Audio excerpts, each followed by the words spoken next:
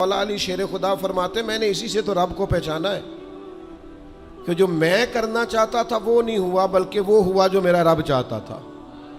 فرماتے میں نے کسی کام کے لیے سارے اسباب جمع کر لیے، جب نہیں ہوا تو میں سمجھ گیا یہ کرنا میرے اللہ نے۔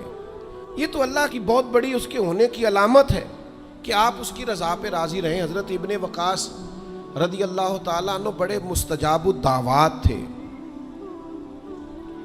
جو دعا مانگتے تھے قبول ہو جاتی تھی، اللہ کا ان پر خاص انعام تھا۔ اور یہ بات بڑی مشہور ہو گئی، دور دور سے لوگ ان کے پاس دعائیں کرانے آتے، خود وہ نابینا تھے، بینائی نہیں تھی۔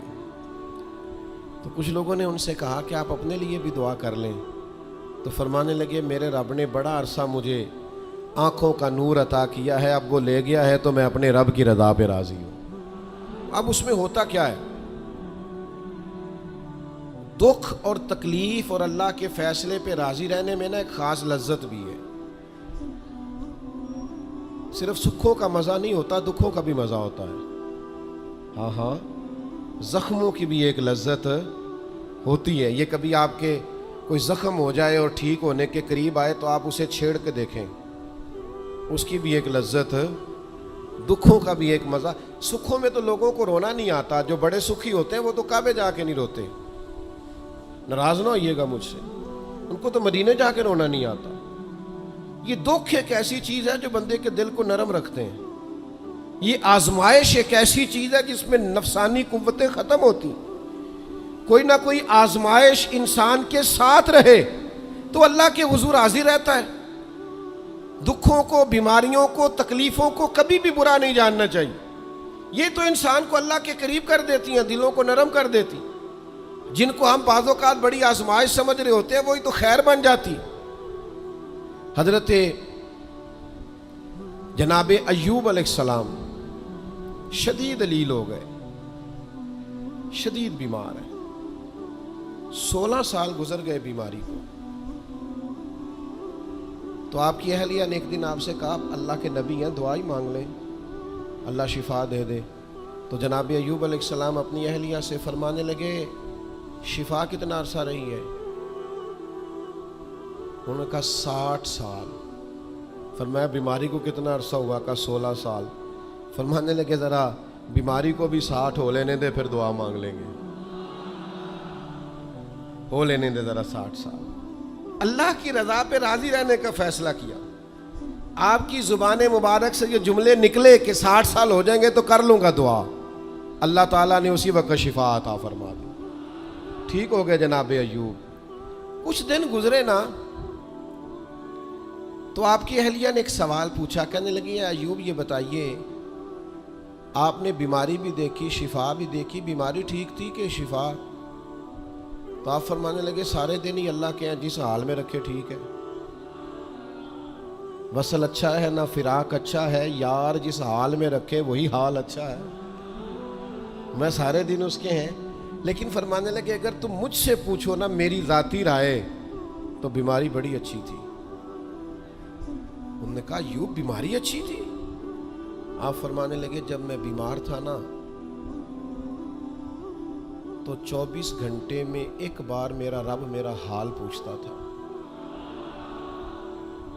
فرمایا 12 گھنٹے تو اس مزے میں گزر جاتے تھے کہ رب نے حال پوچھا ہے، اور پھر اگلے 12 گھنٹے میں انتظار کرتا تھا کہ میرا رب دوبارہ کب حال پوچھے گا۔ تو میں 24 گھنٹوں کی لذت نہیں بتا سکتا جو اس کے حال پوچھنے سے طاری ہوتی۔ تو فرمایا شفا تو مل گئی ہے پر اب وہ حال تو نہیں نہ پوچھتا۔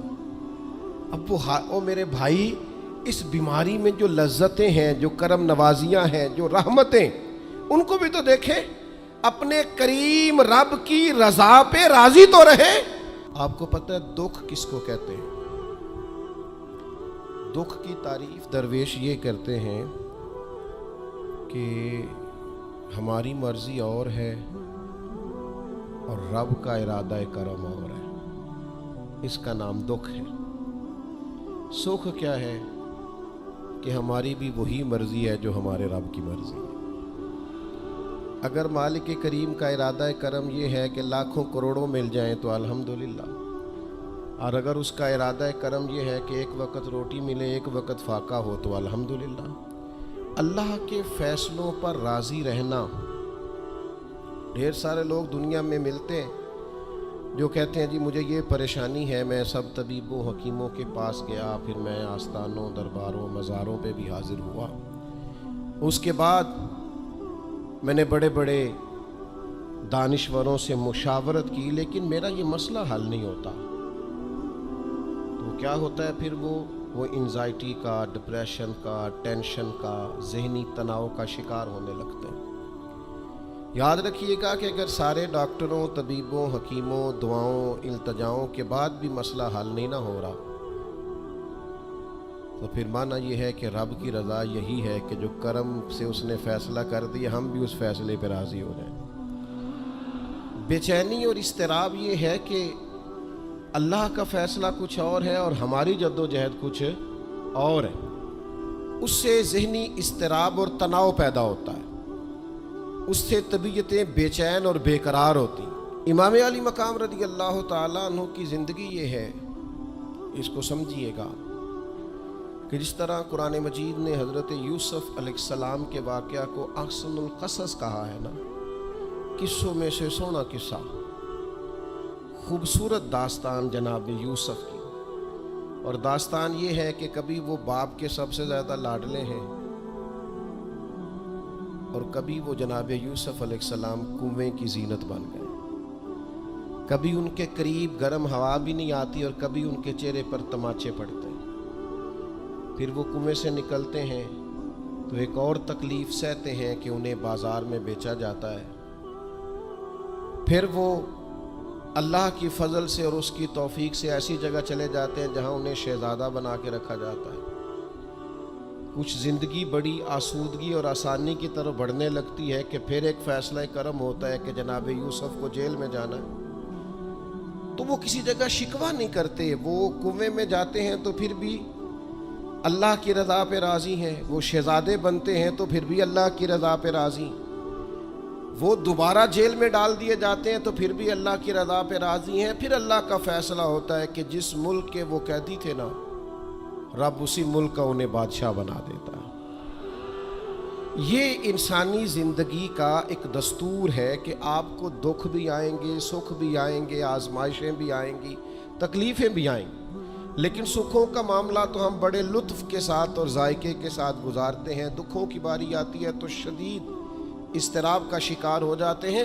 بالکل یہی زندگی جناب امام حسین رضی اللہ تعالیٰ عنہ کی۔ آپ کبھی خوبصورت پہلوؤں پر غور کریں نا کہ امام علی مقام وہ ہیں کہ کبھی وہ سجدے کی حالت میں نانا کے کندھوں پہ ہیں اور کبھی حضور گلی سے گزر رہے ہیں تو حسنین نانا کے کندھوں پہ ہیں، کبھی کیفیت یہ ہے جناب امام علی مقام رضی اللہ تعالیٰ عنہ کی کہ وہ اپنی والدہ کے مقدس کاشانہ نور میں خاتون جنت کی گود میں کھیل رہے ہیں، کبھی مولا علی شیر خدا رضی اللہ تعالیٰ عنہ کی مقدس باہوں میں جھول رہے ہیں۔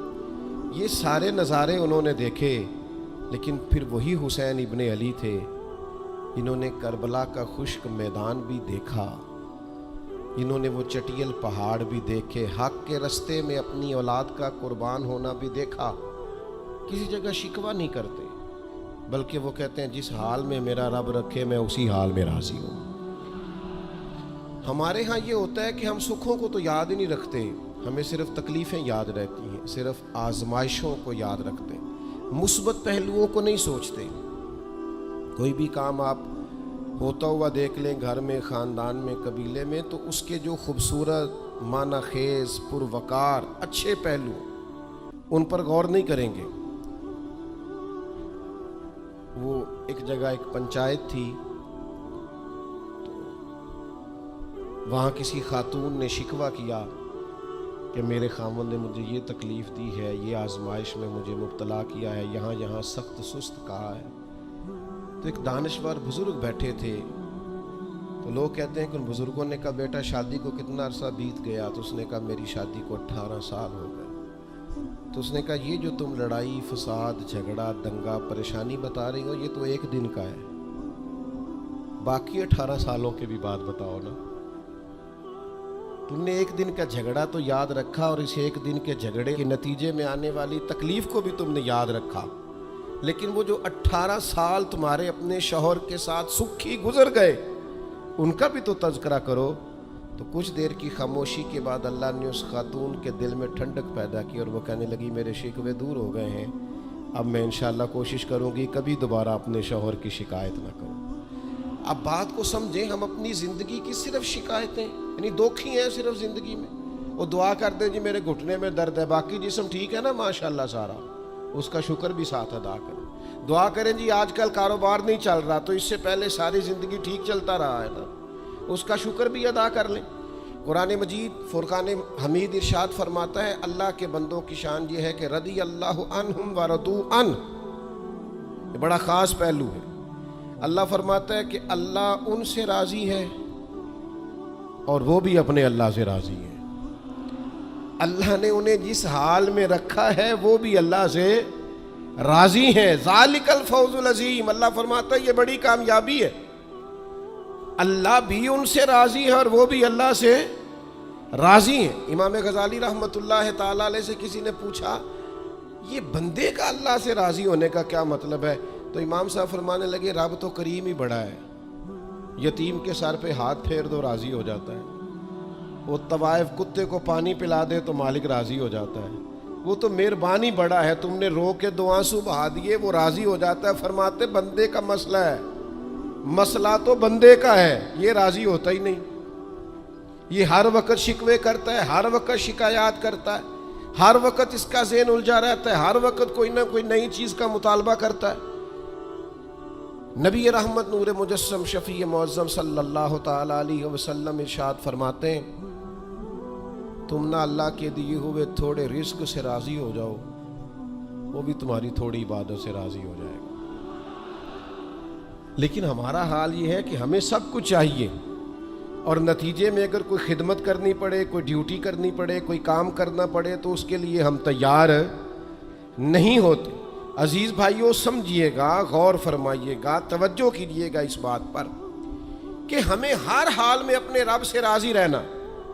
آزمائش آ جاتی ہے، دکھ آ جاتے ہیں، محنت پوری کریں، جد و جہد پوری کریں، جو کام آپ کرنے جا رہے ہیں اس کے لیے جتنے ضروری اسباب ہیں وہ جمع سارے کریں، لیکن نتیجہ اللہ پہ چھوڑ دیں، رزلٹ اپنی مرضی کا نہ مانگیں۔ یہ عقیدہ توحید یہ ہے کہ نتیجہ جو رب ہمارے لیے نکالے وہ نتیجہ ہمیں قبول ہونا چاہیے۔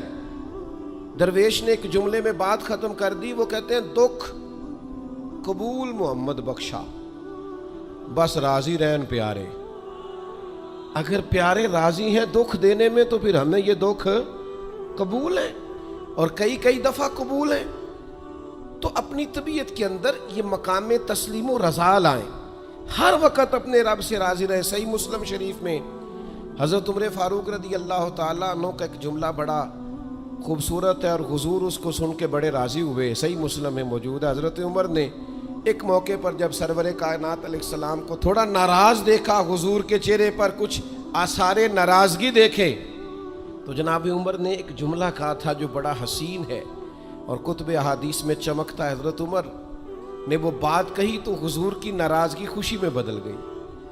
نبی پاک علیہ السلام کے چہرے پر جو آثار ناراضگی تھے وہ خوشی کے تصورات میں بدل گئے۔ حضرت عمر عرض کرنے لگے رضیت باللہ ربا وبالاسلام دینا وبسیدنا ومولانا محمد نبیم ورسولا۔